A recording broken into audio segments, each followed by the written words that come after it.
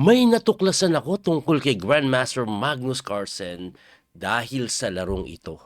Hindi ko alam kung matutuwa ako o hindi eh. Ano bang nangyari? Aba dito po sa ginaganap na 2026 Chess.com Open, Magnus Carlsen, easy peasy lang sa kanya yung mga kalaban. Unang-unang pinabagsak niya po si Shan Shargashan. Basic lang. Ang nangyari 2.5 out of 3. Hindi na umabot ng game 4. Kasi ang labanan po dito, knockout po ito, di ba? Apat na laro, unahang maka 2.5. Ganon din nangyari kay Vincent Keimer. 2.5 out of 3. Hindi na umabot ng game 4. Talagang tatlong laro lang ang kailangan tapos na. Ngayon, napunta na po siya sa semifinals ng winner's bracket na kung saan kalaban niya naman walang iba. Yung dating pinagdudahan na si Grandmaster Dennis Lasabik, pero na-prove naman talagang malakas pala talaga yung bata. Anong nangyari? Aba, eto po, game number 1 pa lang po nila. May kababalaghan na agad na naganap. Bilisan natin ng konti, ipapakita ko sa parting kababalaghan na. Ang tinira po ni Magnus C4, nag-E6 lang, tapos G3 lang si Magnus, ayan o. So tamang kunat lang si Magnus, nag-D5, Bishop G2, nag-Knight F6, Knight F3, Bishop E7. Pag nag-D4, ay hindi nag-D4, nag-castling, pag nag-D4, hindi pa rin nag-D4. Pero ang D4 kasi mainline ng Catalan. Pero ito pong opening na to, Catalan pa rin po yan. Pero ang tawag dyan, Neo Catalan. Ayan o. So, tamang magdi-develop pa rin. Ayan. So, normal development ang nangyari. At naging ending po nito, ganito. Tingnan nyo po. Tuloy-tuloy lang po natin itira. Palit-palit pyesa lang nangyari dyan. Ayan o. Palit-palit pyesa. Palit-palit pyesa. Diba? Anong ibig sabihin yan? Equal na equal ang labanan. Pagdating sa oras, lamang pa nga ng konti si Magnus, ayan, napalit-palit lang po yung pyesa. Ganyan lang po nangyari, pyesang palit-palit, very equal ang laban. Ayan, lumalapit yung king ni Magnus para makatulong, bumibiyak sa may king side. Ayun, medyo umaatake si Magnus sa kabilang banda. Pinapalit naman ni Dennis Lasabik yung mga pawn. At ito po ay very equal, tumira po ng bishop to b2 itong si Dennis Lasabik na sinagot po ng king to e4. At pagka king e4, tumira po ng check. Pagka check, tumakbo yung king, lumalapit, agresibo, or medyo ambitious si Magnus din talaga kasi ang susunod po ata na tira, ganito, tapos lalapit, papabagsakin to, di ba? Ganun po yung gusto mangyari niyan. Pero, ang ginawa po dito ni Dennis Lasabik ito, sinimplihan niya ng bishop to c1.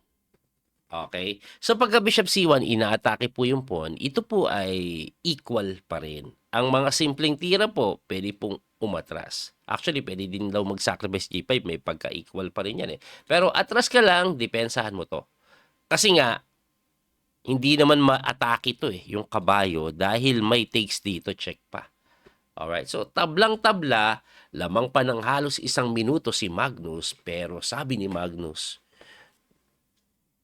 naalala ko yung napanood ko dati yung biyaherong coach, malakas mag-sacrifice yun Magaya nga, nag-sacrifice si Magnus dito ng hindi inaasahan. Knight lang po sa may G6. Pusang galan, maganda yung idea. Pag kinapture mo ng king, check, quality up. Nako, baka winning pa. Yan ang idea ni Magnus. Pero, ang ginawa ni Dennis Lasabik, kinapture. At pagka-capture, tinirahan mo ng G5, kinapture, takes, bishop takes, sacrifice, sabay resign. Ibig sabihin, talagang idol tayo din ni Magnus Carlsen. Kaya nga napasuot ako ng ganitong damit. Sacrifice, sabay resign. O, diba? Ginaya niya yung ating pangmalupitang galawan. Trademark natin yun Magnus na yan, ginaya pa. Hindi, balik po natin. Eto nangyari dyan. Hindi niya napansin yung bishop. Hindi niya napansin yan. Kasi pagkatira po nun, like for example, kung walang bishop dito, persado to magkakaroon ng rook f7. Akala niya may ganyan. O, de winning bigla. Hindi niya napansin na may bishop pala sa may c1. Yun lang. Kaya game 1 pa lang, Talo agad si Magnus, pero wag kayong mag-alala. Magnus na yan eh. Magnus na yan. Game number 2, ano nangyari? Boom. Alam nyo ba kung paano siya nanalo? In-endgame niya lang. Simple endgame ang ginawa ni Magnus. Bumigay yung kalaban. So game number 3, Magnus na yan eh. In-endgame ulit. Lahat ng laro, basic endgame ni Magnus, ubos na naman si Dennis Lasabik. Ngayon, game number 4, in-endgame ulit ni Magnus, pero iba storya. Ang nanalo si Dennis Lasabik. Pero tingnan nyo muna kung paano niya tinalo dito si Magnus ha. Simulan siguro natin. Eto. Bilisan natin yung opening kasi mabilis lang naman yan. Okay. Punta na tayo sa sa pinaka-crucial part. Eto. Ayan nag-sacrifice si Magnus. Quality down. Pero drawish yan. Kasi hindi mapasok yan eh. Ayan equal na equal po yan. So, ang nangyayari po, quality up, ito pong si Dennis Lasabik, pero solid eh, hindi mo mapasok eh. Lamang ng isang pawn, hindi ka makatulak, basta mawawala yung bad pawn, di ba? Kung titingnan nyo yung oras, 4 minutes pa si Magnus, 2 minutes na lang si Dennis Lasabik, no? Tabla na lang po ang kailangan dito ni Magnus. Pero eto nangyari, tingnan nyo po. Dinaan sa bilis ni Dennis Lasabik. Wala masyadong isip-isip. Tira-tira bilis lang. Ikot-ikot. Talagang drawish eh. Wala ka talagang magawa dyan. Nasa move 16 na sila. Pabalik-balik. Drawish na drawish po. Lamang pa sa time si Magnus. Sabi bilang nagkatulakan dito. Ayan. Pero drawish pa rin yan. King G7. Balik lang eh. Ayan. Tabla pa rin to. Ayan. Tabla pa rin yan. Tabla pa rin. Dito, 1 minuto na lang si Dennis Lasabik. Tabla pa rin, ang tamang tira dito, rook to A1. Thread ka ng mate, di ba? Ginawa naman pala ni Magnus. Tapos tumira doon, bumantay. Ang tamang tira dito, rook to G1.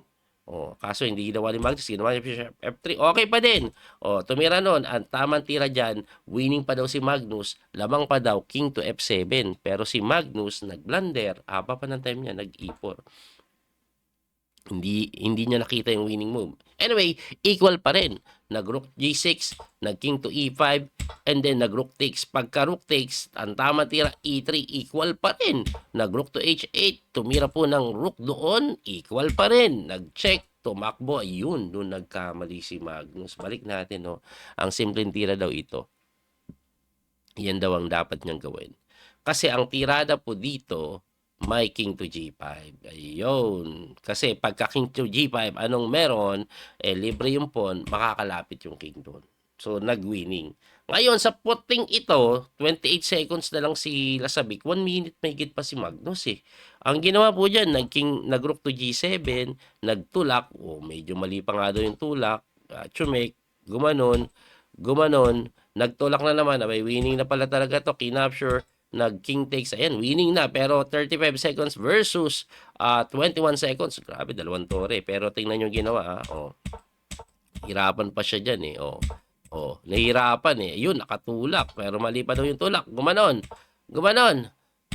Tulak na naman. Gumanon, Jamek. Ganon. At kinapture yung F3.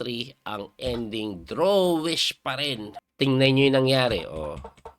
Wala. Drawish na yan. Sa totoo lang, dapat itatabla mo na yan sa totoong buhay. Kung standard, itatabla na nila yan. Pero dahil, walang increment eh. Tinalo lang sa oras si Magnus sa endgame. No? Puro endgame laro ni Magnus eh. Style niya talaga yan. Pag ganitong mababa time control, ubusin niya oras mo. Pero sa pagkakataong ito, nagkamali si Magnus. Overwhelming yung oras. So, ang nangyari, nag 2 out of 2. Kaya napunta po sila sa tinatawag na Armageddon. Anong meron sa Armageddon? Ito po ang Armageddon. Bidding Armageddon po yan. So basically, kung gusto mong mag-block, magbibid ka ng mababang oras. Ang binid ni Magnus, 6 minutes and 36 seconds. Kaya nag-block po siya. Ang tanong, bakit kailangan mong magpababa ng oras? Bakit ka namamartida? Kasi pag block ka, tabla lang kailangan mo, panalo ka. Yung white in a must-win situation. Anong nangyari? E4 ang tinira po ni Dennis Lasabik. Must-win siya. So, Sicilian si Magnus. Tirang must-win din siya. Ayan po ang nangyari. Close na Sicilian ang nangyari. Na kung saan eh, equal na equal after e5. So, capture takes and then nag-h3 lang. Bishop lang doon, hitting the pawn, dinipensahan, nag-b5. Grabe yung pagbiyak ni Magnus. Libre yan eh. Oh, pero hindi kinapture yan eh. Nag-knight lang dun eh. Ang tanong, ano bang mangyayari pagka-takes? Pagka-takes mo, kinapture mong ganun, libre sera, hindi pwede. Kasi pagkakainin, ayan o, tapos may bawi. Boom! Sabaw. Yun ang nangyayari. Kaya hindi po kinapture. Nag-knight doon, inatake yung bishop. Kinapture, takes, and then nag-queen lang. Oh. Bakit hindi po tinakes ito? Yan po ba dapat ang gawin? Meron na queen to d4. Mapipilitan kang capture and heal, lakas. Lamang ang itim. Grabe si Magnus, oh, mga simpleng tira pero hinamon pa rin eh, no? Oh. Napilitan din pero this time one pawn down. Eh pag one pawn down ka kay Magnus, endgame. Dadahan-dahanin ka talaga niyan. Ayan na nga nangyari. Dinahan-dahan siya at unti-unting naubos. Oh, wala eh, one pawn down eh. Oh. Okay, tulak pawn. Ayan, dahan-dahan, tulak pawn. Wala. Oh. Wala. Labang ng piyesa eh. Oops, sinamon. At dito po, pagkatira nun, bishop to a3. Naparesign si Dennis Lasabik. Pinasarap lang ni Magnus. Kumbaga, pinatalo niya lang talaga yung game 1 just to show na idol niya tayo. Joke lang yan. Malupit eh, no? Grabe pagkatalo ni Magnus. Equal na equal. Napagkain yung kabayo. Sabay resign. Anyway, eto po yung semifinals. Napunta siya ngayon sa finals. Kalaban niya naman. Walang iba kundi si John Christoph Duda. At game 1 pa lang matindi na ang pangyayari. Eto po, oh. Puti si Magnus, itim si Duda, E4, E5. O, bilisan natin. Roy Lopez po ang nangyari. O, Roy Lopez. O, ito po ay linya talaga sa Roy Lopez. Ayan, talagang hamon-hamon lang. Mabilis sila tumira pa na. Tingnan nyo. O, 9 minutes pa. O, talagang mabilis kasi ito po ay linya. At nangyari na po ito before. Nalaro nga po ito ni Magnus kay, kay Caruana. At sa laban na yun, noong 2022 pa, nanalo po si Magnus kay Fabi. Kaya inuulit po ni Magnus. Ngayon, ang ginawa po dito is nag-rook to d8. Pagka rook d8, queen e2, ganyan na ganyan, gayang-gaya. Ang pinagkaiba lang dito, tumira si Duda ng bishop to e6. Ibalik ko lang, no? Novelty yun eh. Ang tinira po kasi dati ni Fabi, knight dito. Nananalo si Magnus. Kaya binago ni Duda, bishop to e6. Ayun yung malaking pagbabago. So, ang ginawa ni Magnus, kinapture niya, takes, and then nag-king to h2, very equal according sa engine evaluation. Nag-rook to a8, hinamon ni Duda, o nag-g3 lang si Magnus, tumalon yung kabayo, hitting the pawn, napatras yung kabayo para depensa ng reyna, pumasok yung torre doon, dumipensa lang, umiikot yung kabayo, c3 para hindi makatalon, nag-rook to d6, ayun, hinamon, g3, king move. Ayan, ang kulat ng tirahan. O, dahan-dahan lang. Not ko lang tayo. O, ayun, o, hinamon ni Magnus. Op, unti-unti na. Ayan na. Lumamang na bigla si Magnus. Clearly better na daw si Magnus. Ang lupit ni Magnus, no? From equal, dahan-dahan posisyonan, biglang lumamang. Ayan, o. Umatake sa C5. Napilitan mag B4. At pagka B4, lamang si Magnus ng mahigit 1 minuto ang tinira niya, rook A1 na mali. Ang tamang tira daw, hindi ito ginawa ni Magnus. I'm not sure din bakit eh. Capture na dito. Ngayon, ang iisipin mo lang dyan, coach, may capture din dito eh. Pero capture ka ulit eh. Yan daw ang mangyayari dapat eh. Kasi, one pawn up ka, yes, pangat yung pawn structure, pero may tulak, may pressure doon. Mawawala yung depensa dito. Ang daming pwedeng gawin ng puti. Hindi ginawa ni Magnus eh. Ang ginawa ni Magnus, tumira doon. Ang nangyari tuloy, nakapasok ang reyna, naka-counterplay, napadepensa bigla, capture takes, tapos ayun, naka-pressure sa D3 pa. Yun ang nangyari. So, pagkatira niyan, gumanon, gayon, gumanon, ganon, ganon, ganon, at ang nangyari, equal pa rin, pero yung oras ni Duda, lamang na ng konti. Tandaan, walang increment yan. Ayan, no? Nagkakaroon na ng mga ikot-ikotan lang. Umatake doon, bumalik. Gumanon, equal lang eh. Ayan, no? Equal lang. Kaso, ang naging problema niya, later on, ayan, medyo panic time na si Magnus. Nahamon siya, oh. Oy, umikot. Oy, tumakbo. Oy, grabe, pinapakain lang, oh. napakain lang. Ano mangyayari pag kinapture, no? Ang tinira kasi is nag-rook D5, eh. Ano pa mangyayari pag kinapture? Pag tinext mo, queen to D6 may pin. Yung pala yung mangyayari. Hindi pwedeng kainin ng knight, ha? Kasi pag kinain ng knight, I think similar thing, may ganun din, tapos may mga capture din dito. Anyway, ang ginawa is nag-rook to D5, good move daw, pero sinacrificean lang siya. 38 seconds versus 45. Boom. Ayun pala yun, kaya sinacrifice. Oh, ayun, grabe yung pressure na binibigay, no? So, pumunta doon, hindi makain ito, guys, ha? Kasi may check na gano'n over port. Oh, ayun, chinek. Oy, dumipensa. Uy, iikot yung kabayo. Tumulak lang po, yun na yung pass pawn. Biglang winning na daw si Duda. Walang time si Magnus. At ang nangyari, ayun, dahan-dahan na itulak. Pagkatira dito, tumakbo yung king para hindi mapin. Ayun. And then,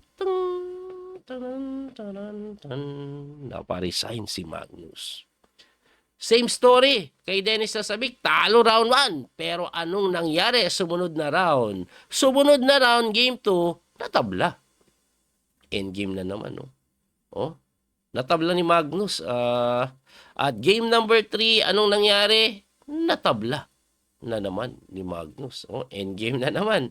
Natabla na naman. At game number 4, eto, kailangan ng manalo ni Magnus kasi ang score 2-1 eh, in favor of Duda. So game number 4, anong kailangan niyang gawin? Manalo. Boom. Napanalo niya naman. Panalo, kaya nagtuto. Ayun, oh. Ay, paano to pinanalo? Medyo bilisan lang natin. Kasi gusto kong puntahan na yung Armageddon eh. Dahil 2-2 ang score, nag-Armageddon sila. Ayan, oh. Ganun na naman nangyari. Sinimplihan lang ni Magnus, oh. Endgame lang to, alam ko eh. Oh. Ayan, endgame. Equal yung pyesa, pero pagdating sa endgame, Magnus, endgame na yan eh. Ayan, oh. Dahan-dahan lang siya ni Magnus. Linapitan lang ng king, oh. Ayun, oh. Ganoon lang. Grabe yung endgame ni Magnus. Oh, wala. One piece down. Yun nangyari. Ubosh. Umahabol pa ng tabla pero wala eh. Sumakto yung knight ni Magnus eh. Ubos. Just player din si Magnus. So napunta sila sa Armageddon. Anong nangyari sa Arma? Ito matindi sa Arma eh. Black na naman si Magnus. I-flip natin yung board, no? So, kung kay Dennis Lasabik, ang inoffer niya 6 minutes and 36 seconds. Dito po kay Duda, 6 minutes and 28 seconds. Kaya black siya, baba ng oras, oh. Mahigit ano eh, no? Mahigit 3 minuto ang partida. Pero again, tabla lang kailangan ni Magnus. Panalo na siya. So, ang nangyari, D4, Knight F6, C4, E6, at D5, o Queen's Gambit Exchange Variation. Yun ang nangyari. Mala Garry Kasparov yung approach dito ni Duda. Ayan, o, Garry Kasparov approach yan. O, Garry Kasparov approach. Ayan, mag-F3 yan eh. Ay, hindi nag-F3, no? F3 usually ginagawa ni Garry Kasparov dyan eh. Pero yung approach dito ni Duda, nangyari tuloy, yan, napalit. Yan ang gusto mangyari ni Magnus, slowly exchanging pieces. Ayun ang ginagawa, hinahamon, no? Pinapalit lang lahat eh. Kasi pag napalit yung pyesa, di lamang na. Dito ka lang kayo magtataka ng konti. Pinapakain yung F5, hindi kinapture. Okay, ano bang meron kasi pag kinapture? May libre po eh, may knight takes, diba? Kaso queen g4. Okay, para lang makita nyo.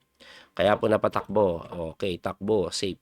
Ang naging problema bigla ni Duda, eto, saka to, naging weak, no? So, ang ginawa po is nag-knight doon. Ako, mali. Ang tamang tira daw is queen to F3. Ay, nakita ko na yung idea. Baka dito paikutin o pagugulungan yung knight, no? Anyway, ang ginawa is knight doon, hinamon lang. Pagkahamon, equal daw yan. Equal. Kailangan manalo ni Duda. Tapos tingnan nyo yung oras. Lamang na si Magnus. Mabilis talaga si Magnus pag kailangan bumilis. Hinamon. Wala, pinapalit lang talaga ni Magnus. Pinessure yung F5. Tatalon dito. Pre-event. Yun lang, may pasok na.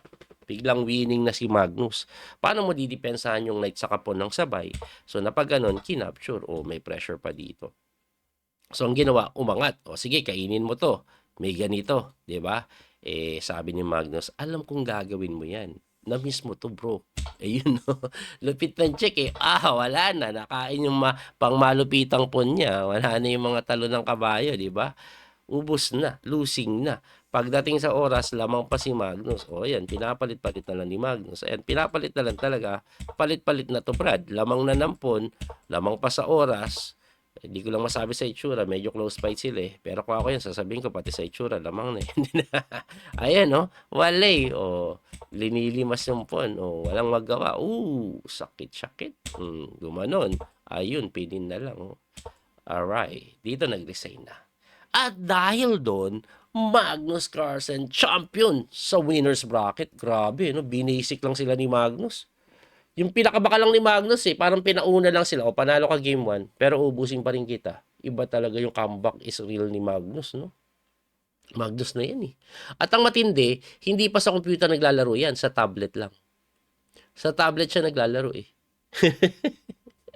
Ang lupit ni Magnus eh. Grabe, no? Malupit ka talaga. Anong nangyari sa ibang bakbakan? Abay, pakita po natin. Ito po, oh. So, di ba Magnus, tinalo si Vincent Keimer, tinalo si Lasabik. Tapos, si Lasabik, tinalo niya actually si Noderbek Abdusatorov.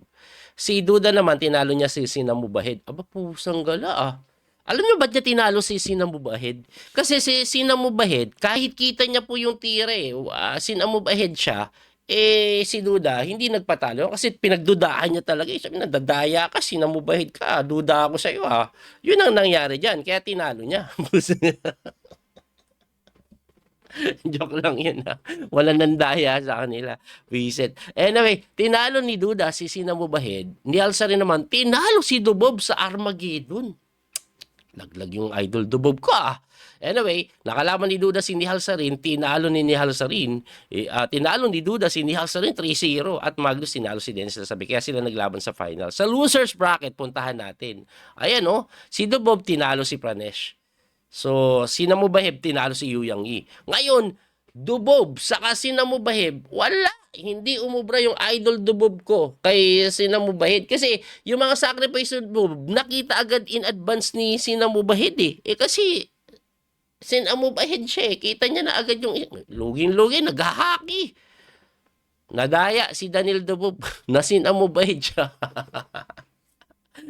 Paulit-ulit yung joke natin. Corny na. Anyway, si Abdusatorov tinalo si Nepo. Vincent Keimer tinalo ni MBL. And then, si MBL tinalo siya ni Abdusatorov. Ngayon, sa finals ng losers bracket, ayan no, magkalaban, quarterfinals pa lang pala ito, si Dennis Lasabik, si Namubahib, ni Alsarin Noderbek. So, bukas maglalaro-laro yung mga yan, kasi kung sino mag-champion dyan, lalaban pa kay Magnus para sa Grand Finals, na twice to beat advantage si Magnus. Magnus na naman ang final boss. Tingnan natin kung ano mangyari. Anyway, hintayin nyo yung palabas na namin na app sa Apple Store. Konti na lang. Nire-review na ni Apple. Di ko alam kung gaano katagal, pero sabi nga ng aking developer, in less than 2 weeks. No? Pero pagdating naman sa Google app, nakalabas na tayo sa Google. So, pwede nyo na pong i-download sa Play Store ang Biyaherong Chess Coach app. Napakagandang chess app. Sana po masuportahan nyo para ma-maintain natin, no? Mag-premium kayo. Muli, ito po nyo ang Coach Speedy Master Daniel Causo. Maraming pong salamat sa inyong suporta. Don't forget to like and share, follow and subscribe. Hanggang sa muling pagkikita. God bless mga kabiyahe. Bye-bye po. Thank you sa support. That little mouse, 'cause I'm an albatross.